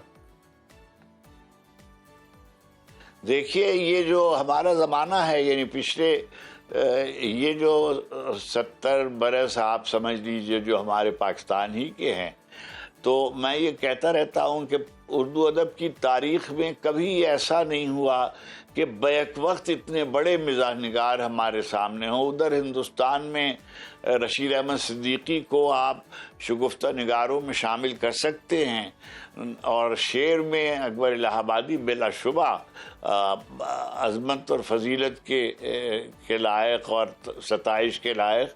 मगर हमारे यहाँ पाकिस्तान में पतरस बुखारी, कर्नल मोहम्मद ख़ान शफीकुर रहमान, फजलुर रहमान मोहम्मद खालिद अख्तर और मुश्ताक अहमद यूसुफी, यानी इब्ने इंशा, ये बात एक कही गई थी कि हम सब ने बहुत अच्छा मिजाज लिखा है, मगर मुश्ताक अहमद यूसुफी जैसा मिजाज किसी और ने नहीं लिखा।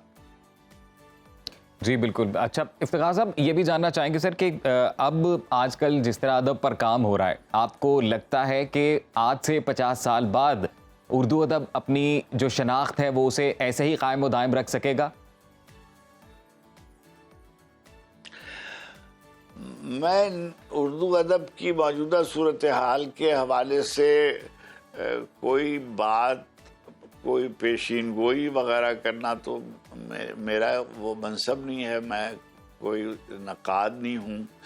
मगर मैं ये देखता हूँ कि शायरी में भी और नस्र में भी, फिक्शन में भी नए लोग आए हैं। नावल बहुत अच्छा लिखा गया है, गज़ल और नज़्म बहुत अच्छी लिखी गई है।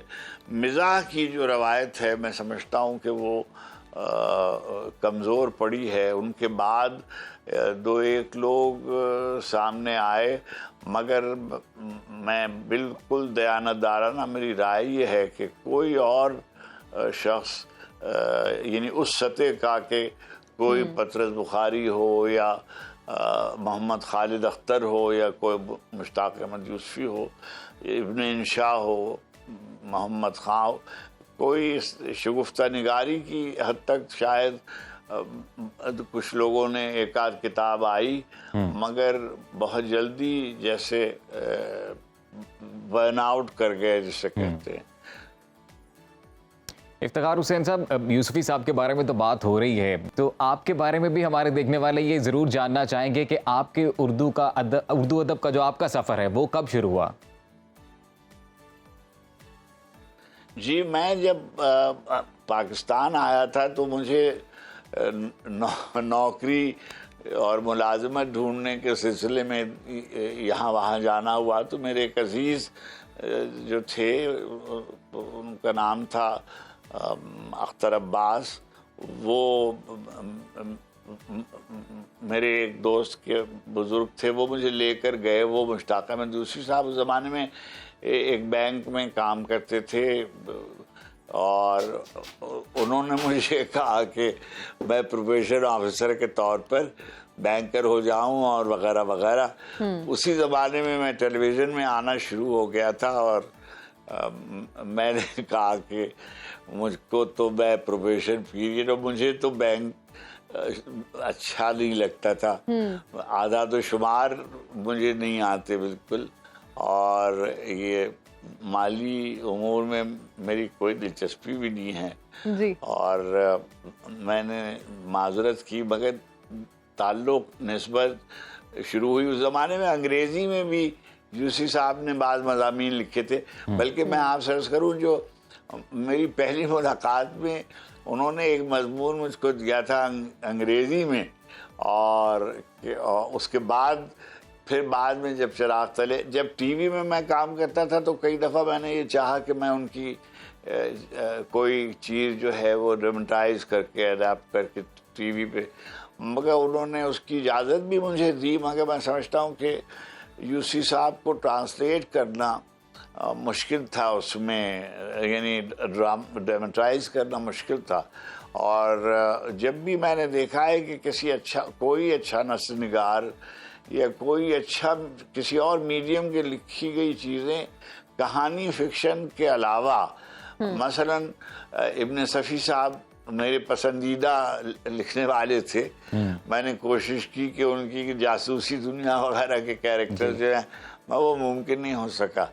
बिल्कुल इसी तरह तारीख़ी ड्रामे बड़े हुए, लेकिन अगर मैं कहूँ कि कोई कामयाब कह सकते हो तो तकबीर वगैरह और सलीम अहमद साहब के बास प्ले, मगर उसको बहुत कामयाब नहीं कह सकते। तो यूसी साहब की भी कोई चीज़ उस तरह से। अच्छा, एक और बात मैं आपसे अर्ज़ करूं, यूसी साहब बहुत शाये थे। लंदन के ज़माने में जब मैं उर्दू मरकज़, वो मेरे उर्दू मरकज़ के समझिए बॉसेस जो थे, आगा सना आब्दी और अल्ताफ़ गौहर और साले नकवी और मुश्ताक यूसुफी और इब्न हसन बनी, हमारे ट्रस्टीज़ थे। तो मेरी किताब की तक़रीब रहनुमाई में एक दफ़ा उन्होंने मज़मून पढ़ा और फैज़ साहब की किताब पर नहीं, शायद उनके इंतकाल पर एक ताज़ियत के सिलसिले में एक मज़मून उन्होंने पढ़ा। फिर उन्हें अच्छा लगा। और ज़िया मोहुद्दीन उस ज़माने में बर्मिंघम में थे, तो ज़िया भाई से भी मैं साल में एक दफ़ा उनसे कहता था कि वो उर्दू मरकज़ के लिए कोई चीज़ लंदन यूनिवर्सिटी में पढ़ दें, तो वो तशरीफ़ लाते थे। और यूसी साहब से मैं जिद करके, और मेरी कभी कोई बात टालते नहीं थे बिल्कुल। और यानी ये जी इफ्तिखार हुसैन साहब, कता कलामी के लिए माजरत, वक्त कम है, लेकिन ये मौजू ऐसा है कि इसके लिए जितना वक्त हो वो कम पड़ जाए। हम सुनो न्यूज़ के प्लेटफॉर्म से ये कोशिश करते रहते हैं कि उर्दू अदब से मुंसलिक जितनी भी हमारी शख्सियात हैं उन्हें ट्रिब्यूट पेश करते रहें, और हम ज़रूर ये चाहेंगे कि इफ्तिखार हुसैन साहब दोबारा जो है हमारे प्रोग्राम का हिस्सा बने और मज़ीद इनसे गुफ्तगू हो। तो अभी हम ब्रेक शामिल करेंगे। ब्रेक शामिल करेंगे, बिल्कुल जी। हाजिर होंगे एक ब्रेक के बाद। देखते रहिए सुनो पाकिस्तान।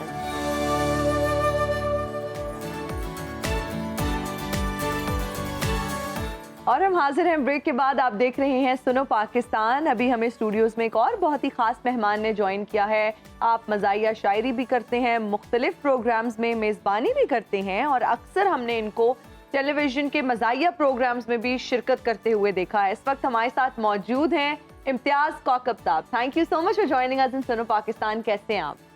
बहुत शुक्रिया हिना न्याजी साहब, बड़े आप मेरे बारे अच्छे जुमले भी कहे हैं जी। वैसे ऐसे जुमले तो मरहूमीन के लिए कहे जाते हैं कि मरने वाले बहुत अच्छे थे, बहुत प्यारे थे। आप you actually deserve these compliments. और आज हम यूसुफी साहब को जो है, मुश्ताक अहमद यूसुफी साहब को अपने प्रोग्राम में ट्रिब्यूट पेश कर रहे हैं।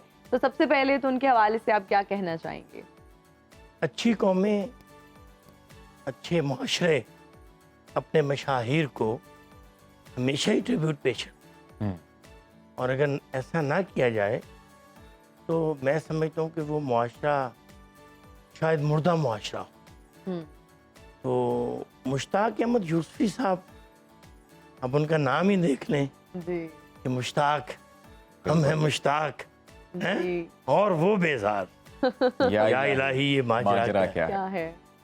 मुश्ताक अहमद यूसुफी साहब जो हैं वो हमारे अदब का, और ख़ास तौर पर उर्दू अदब का, उसके माथे का झूमर है। वाह, बेशक। मिज़ाह के हवाले से तो उनकी ग्रां कदर खिदमात हैं, लेकिन जो ख़ास तौर पर उर्दू अदब पर उनका एहसान है, और मेरे जैसा तालिब इल्म जब कभी भी आबे गुम पढ़ता है, चिराग तले पढ़ता है, हाकम बदान पढ़ता है, या इस तरह की उनकी लिखी हुई तसानीफ पढ़ता है, तो सिर्फ ये नहीं कि उसमें मिज़ाह है। मैं चूँकि उर्दू का तालिब इल्म हूँ, तो मैं समझता हूँ कि जिस तरह की उर्दू उन्होंने लिखी है जी, जो ज़बान पर उन्हें कुदरत हासिल, वो शायद मैं समझता हूँ कि मौलाना अब्दुल कलाम आज़ाद या मोहम्मद हुसैन आज़ाद, या मैं अभी माजी करीब का एक शख्स साहबजादा खुर्शीद गिलानी, मैं जब उनकी तहरीर का कंपैरिजन करता हूँ, जायज़ा लेता हूँ, तो मैं महसूस करता हूँ कि ये सारे के सारे यूसुफी साहब से प्यार करते हैं। क्या बात। इम्तियाज़ साहब, वैसे आप भी मज़ाहिया शायरी करते हैं, तो कुछ सुनाएं हमारे नाजरीन को सर। आज डंके की चोट पे करता हूँ। अरे वाह, सुनाएं फिर डंके की चोट पर सुनाया जाए आज अपना कुछ लिखा वक्त। मिस ने क्लास विच आख्या। वाह, मुझे हिना साहबा को देख के अजीम भाई मिस याद आ गई। मिस याद आ गया। मेरी मिस भी इतनी प्यारी थी। वाह वाह वाह, खुशकिस्मत है। मैं बड़ा बेस्ट। फिर तो आपने बहुत कम छुट्टियां की होंगी स्कूल में। बहुत कम, जाता ही नहीं था। पहले तो मुबारक इसी बात पे कि आपकी मिस थी, क्योंकि हमें तो उस्ताद मिले। हाँ जी। उतने ब्लेस तो नहीं है ना। मिस ने क्लास विच आख्या वहम ते यकीन उते जुमले बनाओ जी। वाह वाह वाह। मिस ने क्लास विच आख्या वहम ते यकीन उते जुमले बनाओ जी। ਬੱਚਾ ਇੱਕ ਉੱਠਿਆ ਤੇ ਕਹਿਣ ਲੱਗਿਆ ਮਿਸ ਜੀ ਤੁਸੀਂ ਤੇ ਪੜਾਉਂਦੇ ਹੋ, ਸਾਨੂੰ ਇਹ ਯਕੀਨ ਹੈ ਜੀ, ਅਸੀਂ ਸਾਰੇ ਪੜ੍ਹਨੇ ਆ, ਇਹ ਤੁਹਾਡਾ ਵਹਿਮ ਹੈ। वाह वाह वाह। बेहतरीन। बसा औकात ऐसा होता है ये सारे का सारा मुशाहिदा है। बिल्कुल। यू बोथ आर एंकर्स, जी। तो आपका मुशाहिदा है कि अजहर लोधी साहब कैसे एंकर थे, खालिद हमीद साहब कैसे एंकर, राहत काज़मी साहब कैसे एंकर, अनवर मकसूद कैसे एंकर, वाह, बहुत तारिक बढ़िया। अजीज कैसे एंकर। तो ये आप लोगों के लिए मशाल राह है। बेशक बेशक। तो हमारे लिए तो यूसुफी साहब मशाल राह है। जी। वो ये भी फरमाते हैं कि हंसने हंसाने से, जी। मिजाज से, ज़राफत से सफ़ेद बाल काले तो नहीं हो सकते, जी। लेकिन फिर वो जो सफ़ेद बाल हैं वो बुरे भी मालूम नहीं होते। बिल्कुल। तो हिरन बटेर तलोर और बकरा वाह वाह मार खोर भी खाया है। वाह वाह। क्या बात। हिरन बटेर तलोर और बकरा मार खोर भी खाया है, माँ और बाप के घर में रहकर पैसा बहुत उड़ाया है। हिरन बटेर तलोर और बकरा मार खोर भी खाया है, माँ और बाप के घर में रहकर पैसा बहुत उड़ाया। वाह वाह वाह वाह वाह। ते कुड़ी आईडी की कहती है की कहती है कि किसी दयानतदार अफसर से शादी मुझको नहीं करनी। किसी दयानतदार अफसर से शादी मुझको नहीं करनी। मेरा दिल तो रब दी कसमें रिश्वत खोर पे आया है। इसकी कोई खास वजह?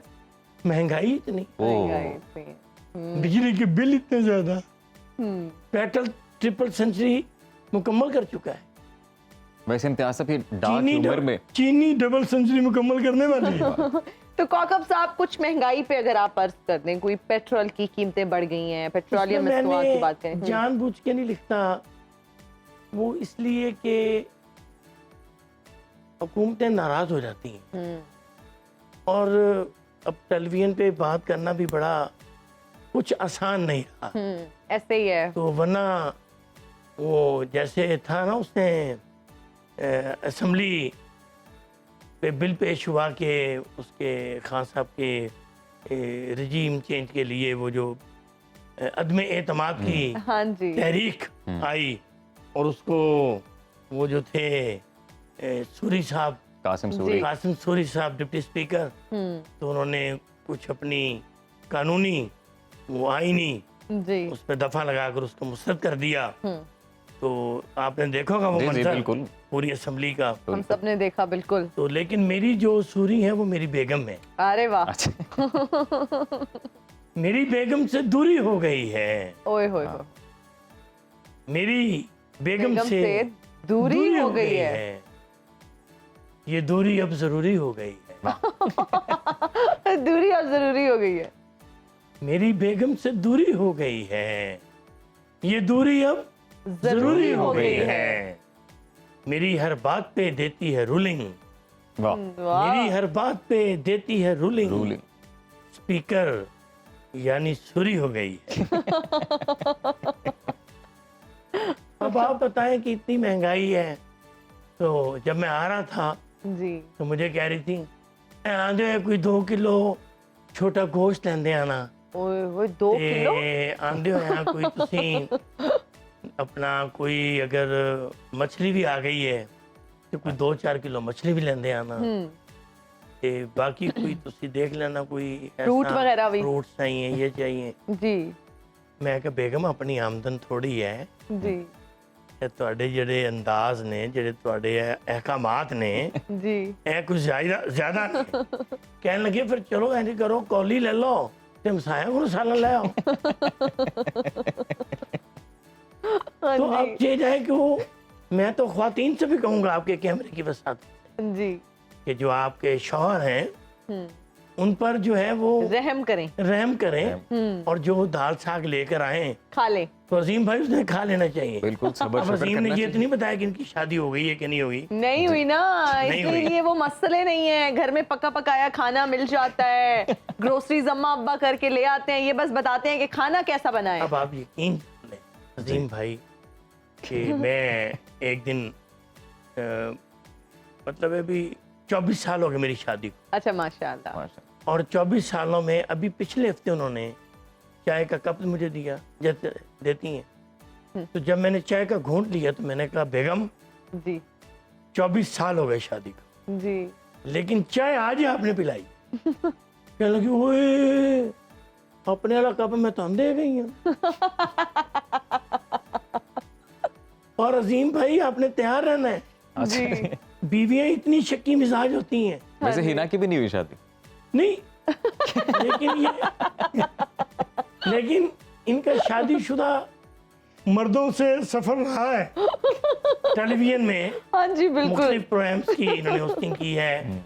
इनका जो करियर है मेरे सामने है माशाल्लाह। हाँ जी तो मैं अभी गाड़ी पे था जी तो जरा घर से निकले 4-6 घंटे हो गए। जी तो मॉडल टाउन के इशारे पे था, जी। तो फोन आ गया बेगम का, कितने हो? मैं क्या मैं घर आ रहा हूँ, मॉडल टाउन के इशारे पे हूँ। मॉडल टाउन के इशारे पे है? मैंने कहा। कहते वार्डन और मेरी गल करो। अच्छा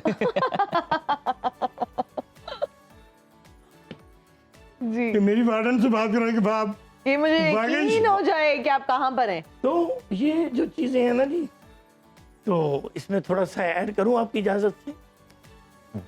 वक्त की जो है वो किल्लत है जी। बड़ी माजरत है।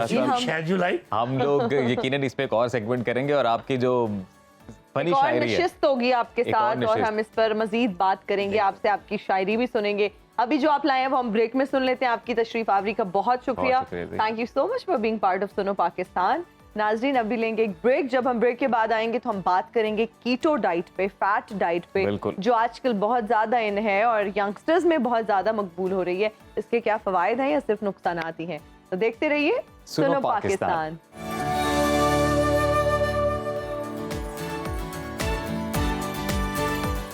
Welcome back after the break जी। तो ग़िज़ाइयत और सेहत से मुतल्लिक हमारा ये सेगमेंट है और अब हम बात करते हैं कीटो डाइट और फैट डाइट की, कि जो कुछ अरसे से एक मखसूस तबके में बहुत मकबूल हो रही है। इसके अलावा ये डाइट शोबा तिब में भी काफ़ी ज़ेर बहस है। ये डाइट है क्या और इंसानी जिस्म पर कैसे असरअंदाज होती है और इसके क्या नुकसानात हैं, इस पर बात करेंगे।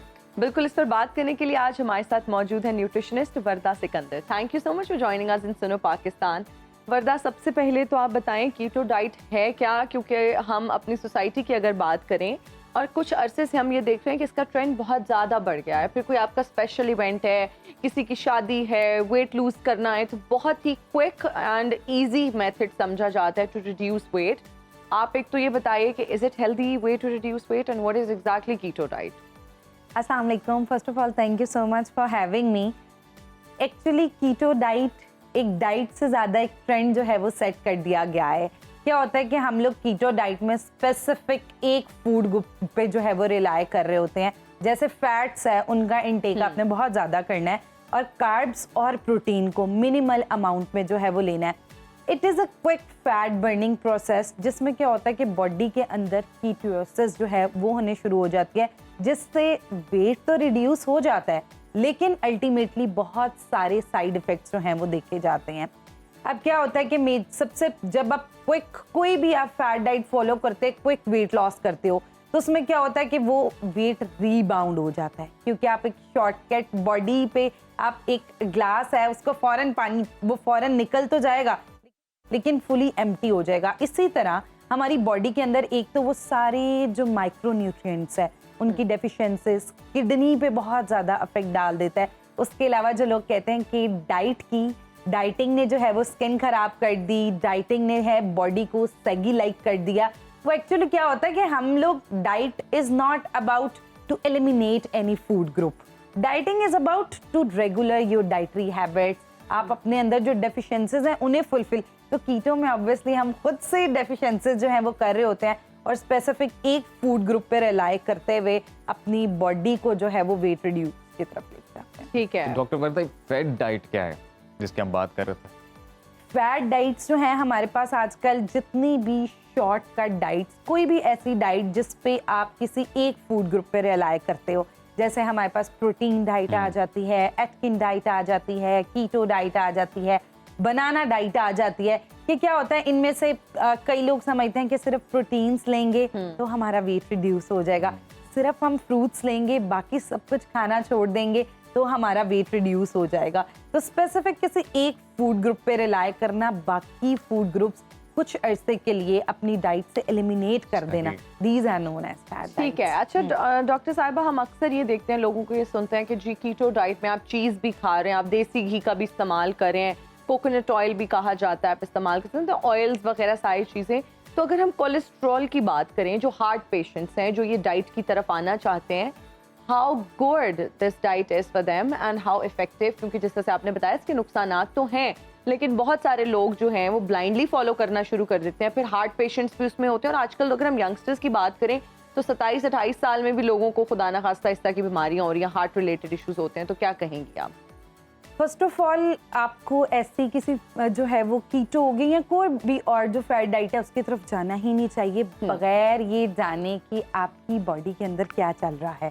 समटाइम्स हो सकता है कि आपके अंदर वैसे ही फैट एक्सेस हो, ऊपर से आप जो है वो इस तरह की डाइट जो है वो फॉलो कर रहे हैं। जैसे आपने बात की कार्डियोवैस्कुलर डिजीजेस में जो है वो जो पेशेंट्स फॉलो कर रहे होते हैं, क्या होता है कि उल्टा और फैट लिया, जिसकी वजह से उनके अंदर जो है वो फौरी तौर पे हार्ट अटैक के भी चांसेस देखे गए हैं। उसके अलावा एक हम कहते हैं एथेरोस्क्लेरोसिस प्री कंडीशन होती है, कोई भी हमारी आर्टरीज है उनके अंदर कोलेस्ट्रॉल जो है वो एक्यूमुलेट हो जाता है, बैड कोलेस्ट्रॉल। तो क्या होता है कि उनके अंदर मायोकार्डियल इन्फेक्शन भी हो सकता है। उसके अलावा जो मिनी हार्ट अटैक जिसे हम कहते हैं, उसके अलावा क्या होता है कि मेजरली हमारे पास हार्ट पेशेंट्स के लिए तो ये बहुत डेंजरस है। उसके अलावा बाकी भी बहुत सारी ऐसी डिजीज़ें हैं, लेकिन कुछ मसाइल ऐसे हैं जैसे हमारे पास कुछ न्यूरो के प्रॉब्लम्स आते हैं, उनमें हम कीटो डाइट ज़रूर रिकमेंड करते हैं, क्योंकि उसमें हमारी ब्रेन जो है उसको ज़्यादा ओमेगा 3 और ओमेगा 6 चाहिए होता है। उसके अलावा हर पर्सन को टू एवेल्युएट दिस है, उसके बाद जो है वो आपको डिसाइड करना चाहिए कि कौन सी डाइट आपके लिए सूटेबल है या नहीं। और जो है वो आपके फोरम के थ्रू एक मैसेज मैं ज़रूर देना चाहूँगी, खास तौर पे जो पेशेंट्स किसी भी मेडिकल कंडीशन के साथ हैं, although it is diabetes, it is cardiovascular disease या any other disease, even blood pressure.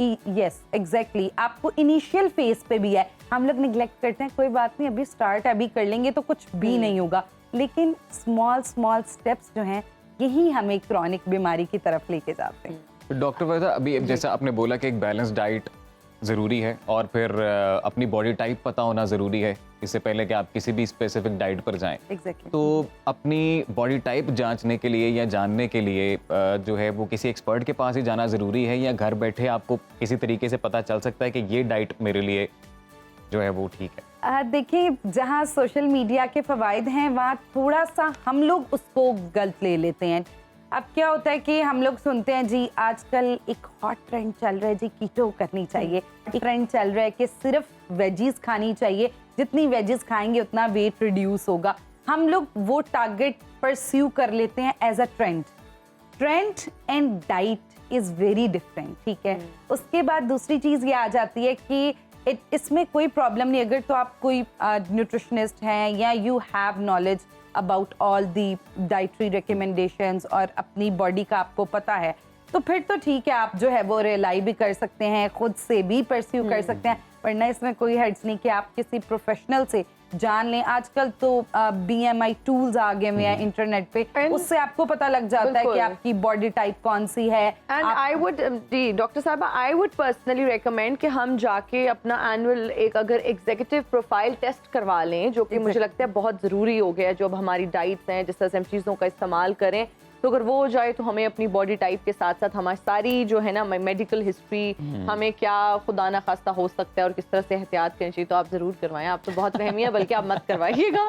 Thank you so much doctor Warda Sikandar. हमारे पास टाइम की कमी है, वरना इस पर और भी हम बात करेंगे। और आपने बहुत ज़बरदस्त बात की कि हम जो है ना ट्रेंड को बहुत ज़्यादा फॉलो करते हैं, हम ये नहीं देखते कि हमें इस चीज़ की ज़रूरत है, और ये जो ब्लाइंड फिर हम एक ट्रेंड को फॉलो करना शुरू कर देते हैं। अनफॉर्चुनेटली हमारी नेशन में ये चीज़ बहुत ज़्यादा है। फिर अगर सोशल मीडिया पे कुछ ट्रेंडिंग में है तो हमें लगता है जी वो हमारी रिस्पॉन्सिबिलिटी है, उसको भी फॉलो करें। ना जितनी इन्फॉर्मेशन आप कीटो डाइट की दे रही थी, मुझे तो लग रहा है कि आपने भी स्टार्ट की है। नहीं, बिल्कुल नहीं की ना, मुझे तो बहुत लोगों ने कहा, मेरे इर्द गिर्द लोगों ने बहुत ज़्यादा स्टार्ट की, फिर मैंने इस पर रिसर्च की, और मुझे लगता है कि कोई भी चीज स्टार्ट करने से पहले जब तक आप उसके बारे में जान नहीं लेते, अपनी बॉडी टाइप को समझ नहीं लेते, ब्लाइंडली तो फॉलो करना ही नहीं चाहिए।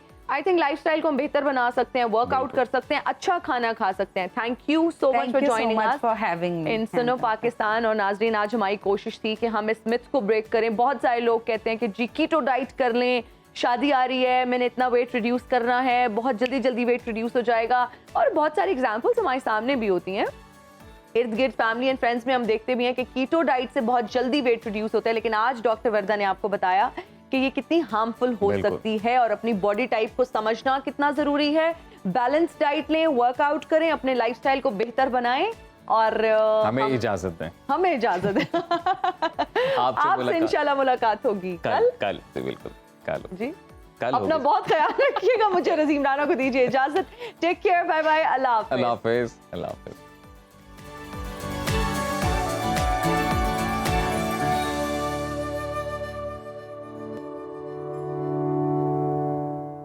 अगर आप गैर जानिबदार, बेराग तज्जियों और तबसरों में दिलचस्पी रखते हैं तो अभी सुनो न्यूज़ का YouTube चैनल सब्सक्राइब करें और बेल आइकन को क्लिक करें।